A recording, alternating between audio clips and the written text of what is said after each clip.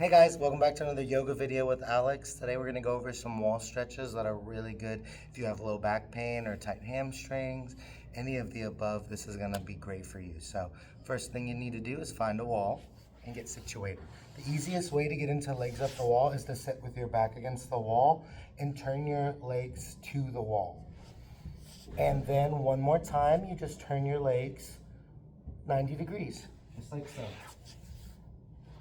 And you're in legs up the wall.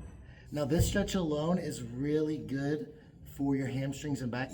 If you notice my knees want to bend here, try to lock them out, maybe flex your toes to your face, drive through your heels. Even that is going to be hard and your tailbone is going to raise up off the floor. That's okay. We're trying to get nice and cinched into the wall. This is a great stretch for your hamstrings and lower back. You have a lot of options here. You can go legs to wall split. You can kind of pry your legs apart, or if you notice your knees buckling, like I mentioned, you can drive through your palms, flex through your heels, and just slowly let the stretch open with time. You can also bring your feet together to stretch your inner thighs, press your knees into the wall. This is a great stretch if you have tight hips or you're not really flexible through your inner thigh muscles. This will really open them up.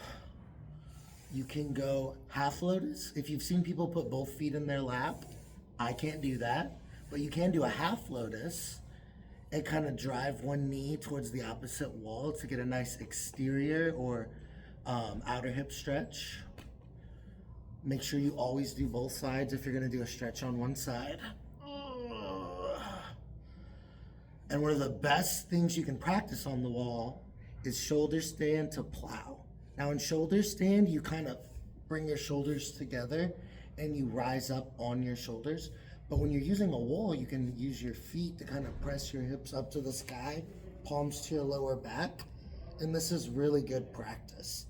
You can lift one foot, squeezing your core. But do you see how my body's kind of boomeranged? You don't want a boomerang body. You want a straight body.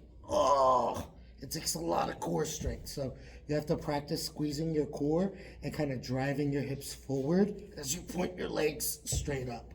That one takes a good bit of work, but once you finally achieve the strength to do a shoulder stand, you can practice your plow by dropping your feet to your face. Again, your knees are going to want to buckle. Try to lock your legs out and drive your feet through your heels, slowly coming out of it. One foot and then the other. Now here, it's really good for your tailbone to roll your back down one vertebrae at a time, nice and slow. Kind of cinching into the floor. You can do this as many times as you'd like. It feels really good if you have old injuries or back pain. That one is probably the best one you can do for yourself. Now you can stay here for a few more minutes. It's really good for blood flow. If you have any cardiovascular diseases, helps get blood to the brain as gravity pulls blood down the body.